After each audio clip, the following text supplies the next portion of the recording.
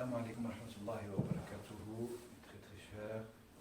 Donc on revient sur les questions qu'on avait abordées ce matin dans la conférence concernant la spiritualité universelle de l'islam. Qu'est-ce que la spiritualité universelle de l'islam?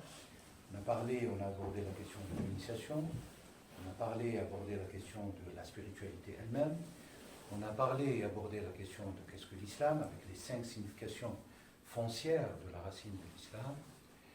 On a abordé aussi des sujets annexes, la question de l'importance d'un maître spirituel dans la voie fondamentale.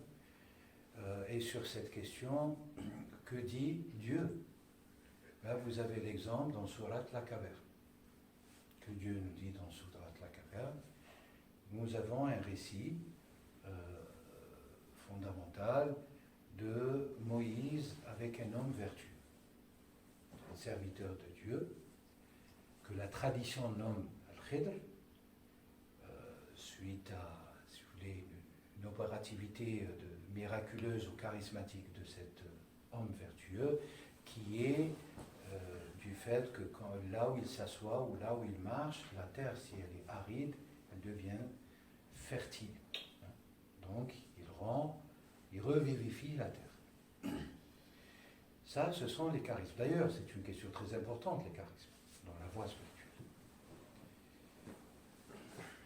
Vous avez d'emblée, dans la tradition chrétienne, ou disons biblique, aussi la question des charismes.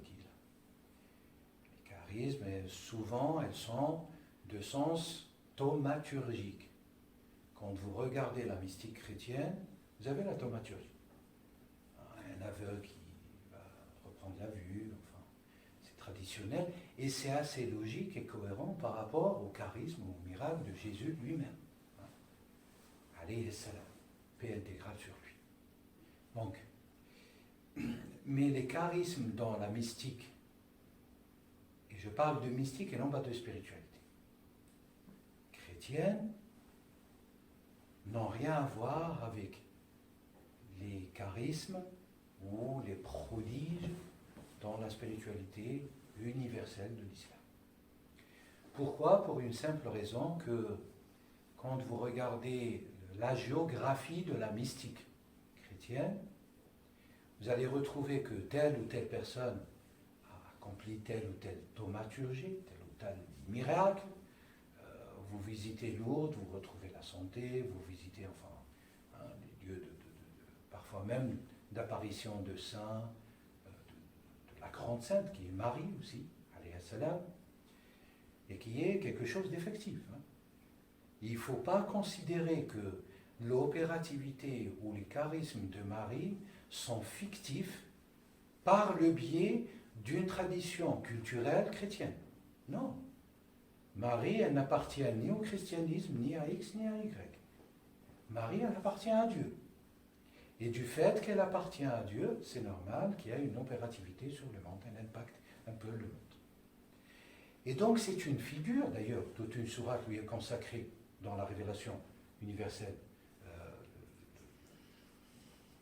du Coran, sourate Marie, sourate Marie, qui est sourate numéro 19, juste après la caverne, là où il y a le récit de Moïse et cet homme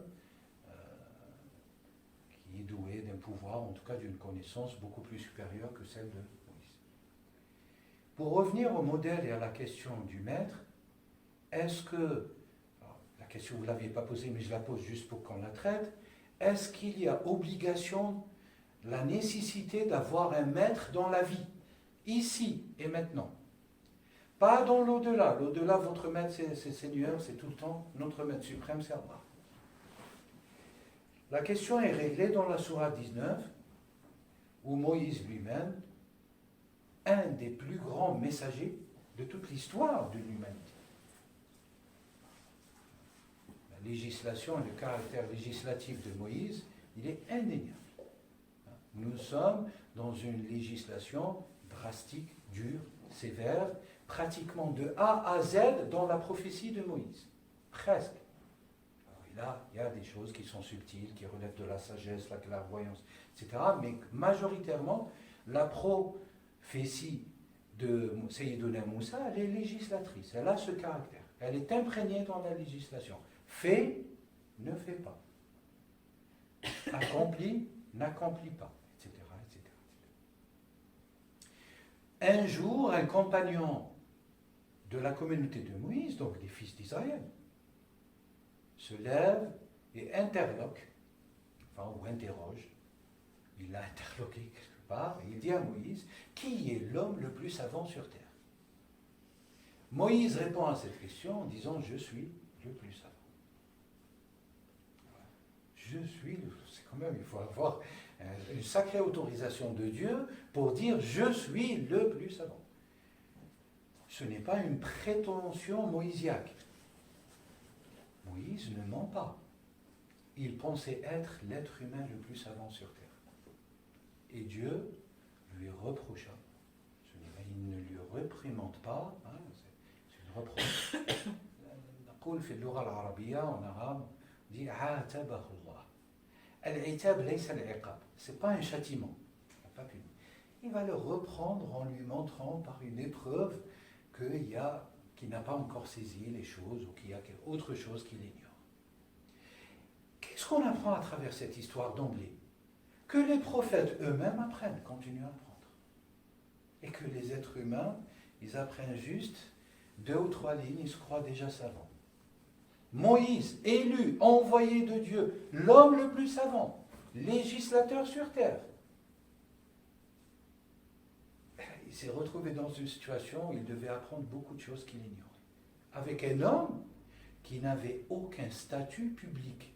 Moïse a le statut public de l'envoyé de Dieu.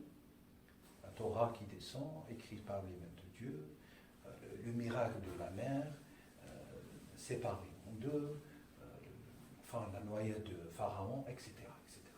Et pourtant, le miracle aussi qu'il ait pu naître et grandir chez Pharaon, l'ennemi de Dieu, ce roi tyrannique. Atabahullah, Dieu lui reprocha le fait qu'il a gardé très très bien. C'est très subtil. Et c'est pour ça que je dis, ce n'est pas un châtiment. Ce n'est pas une... Dieu l'a repris par rapport à cette formule, je suis le plus savant, non pas parce qu'il n'était pas le plus savant. Et ça, c'est la deuxième erreur si vous voulez, des spécialistes de l'exégèse. Ils ont raison, mais ce n'est pas pour cette raison que Dieu l'a repris. Dieu ne l'a pas repris parce qu'il y avait le Khidr qui était plus savant que lui. Ça, vous le savez tous. Les savants le disent. Et ils ont raison. Non, Dieu lui a reproché ce qu'il a dit par rapport à autre chose. Pire. Beaucoup plus profond. Il lui a reproché d'avoir attribué la science à soi-même et non pas à lui. Parce qu'on doit revenir à Dieu. Toute la science doit revenir à Dieu. Il n'y a pas de science qui émane dans l'existence à l'exception de la science qui émane de Dieu. Donc, qu'est-ce qu'il lui dit? Il lui révèle d'aller dans un lieu où il y a le confluent, la réunion, la rencontre de 2 océans. Il lui donne une indication subtile par sa propre prophétie. Il l'envoie dans ce lieu sur lequel, cette histoire, il y a beaucoup d'encre. Je vais vous revenir sur les versions parce qu'elles sont intéressantes. Franchement, wallah, elles sont très intéressantes. Il y a beaucoup de versions, beaucoup de thèses, rahimakumullah. Et il lui dit, c'est là où tu vas rencontrer quelqu'un qui a une science supérieure à ce que tu as. Qu'est-ce qu'il fait? Il prend un compagnon. C'est comme si nous sommes des compagnons. Comme ça, comme on chemine dans la science et la connaissance de Dieu. Ce compagnon, c'était son cousin germain, selon les traditions confondues. En islam, et en judaïsme et en christianisme, c'est à peu près la même chose. À peu près, les détails divergent, mais grosso modo, c'est la même chose. C'est Josué, le prophète Josué. Voire même une version qui dit que c'était le prophète Isaïe. Isaïe. Isaïe est un prophète. Hein. Sure. C'est un grand.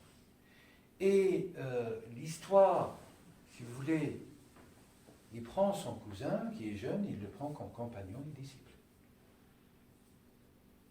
Et il lui dit, tu vas m'accompagner